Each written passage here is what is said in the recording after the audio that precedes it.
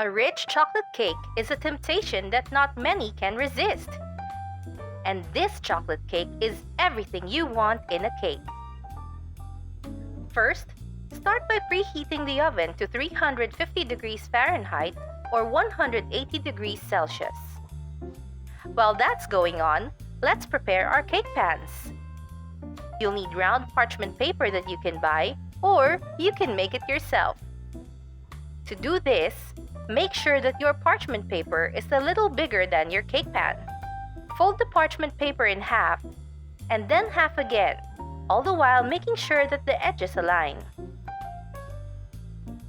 Make a triangle by folding it in half once more. Then, take your cake pan, find the center, and align the tip of the parchment paper to it. Press down firmly and pinch the edges like this to make a crease in the parchment paper. Follow that line as you cut, and you'll end up with your very own round parchment paper. We can now prepare the cake pans by spraying or lightly brushing the bottom and sides with oil. Then, place the parchment paper on the bottom, making sure that it's even and flat. Now we can prepare the ingredients. Use a large measuring jug like this one to accurately measure your liquid ingredients, like the milk, vinegar, eggs, oil, and vanilla.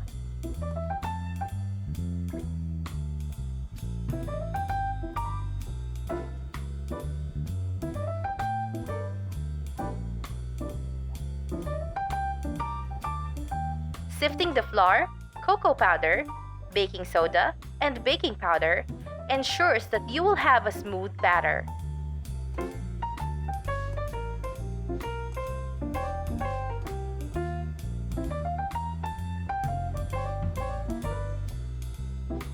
You can also use a whisk and a large bowl to mix and break up lumps.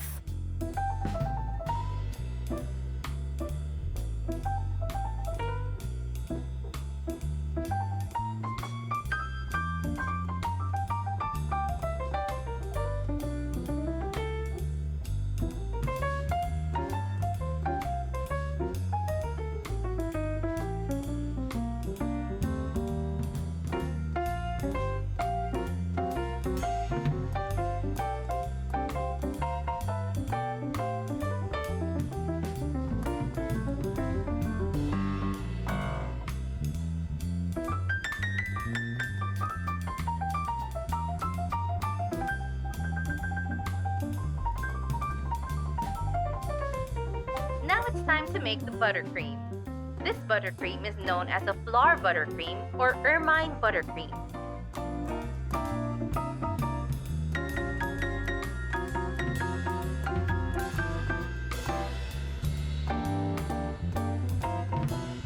Dutch processed cocoa powder or alkalized cocoa powder is treated so that it won't react to other ingredients in your recipe.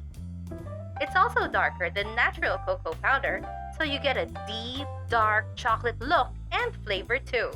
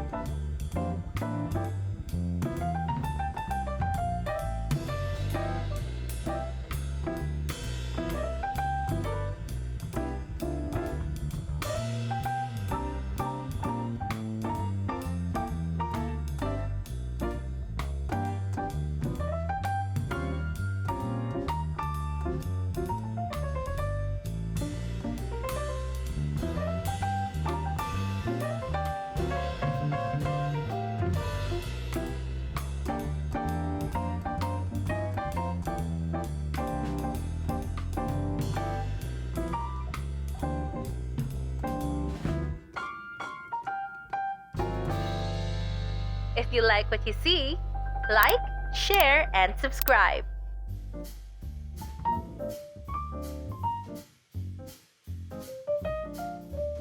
Trimming the tops of each cake ensures a level and even layer for the frosting.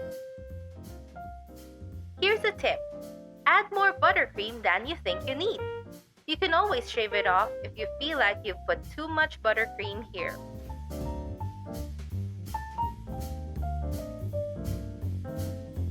Once you've stacked your cake, it's now time to crumb coat it. This is an important step as it seals in all the loose crumbs of your cake. Spread it around with your offset spatula, taking care to always have it in a 45-degree angle. This helps to spread it easier. At this point, the goal is simply to get the buttercream all over the cake. There's no need to make it pretty just yet.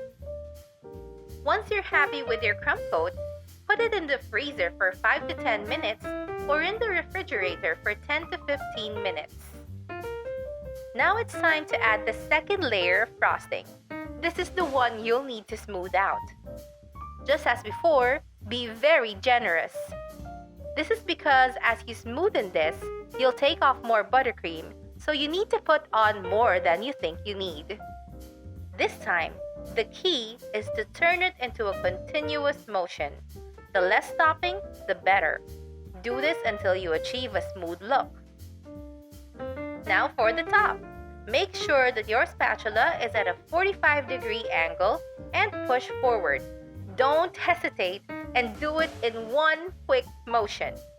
Clean it off and do it again, going over each side until you complete it. Once that's done, align the tip of the spatula with the center of the cake. The edge of the spatula should only be lightly touching the frosting. Make sure the edges flow down neatly so that later the glaze won't get caught in it. Chill the cake in the freezer for 10 minutes or 15 to 20 minutes in the refrigerator.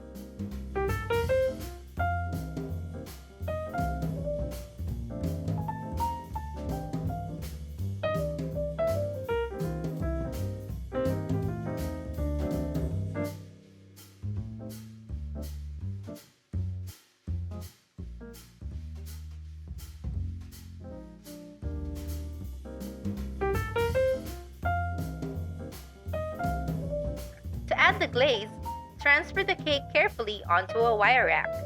You can use 2 offset spatulas like this. When pouring the glaze, make sure to do it at the center of the cake. When the glaze makes it to the edge, that's when you can go and pour all around the cake's edge too. This ensures a smooth pour. Let the glaze drip for a few minutes and then transfer your cake using the same spatula technique onto your board or plate.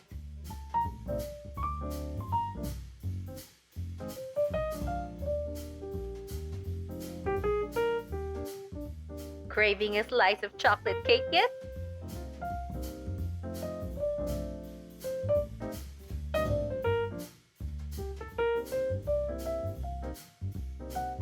For more yummy and chocolatey recipes, don't forget to subscribe to our channel.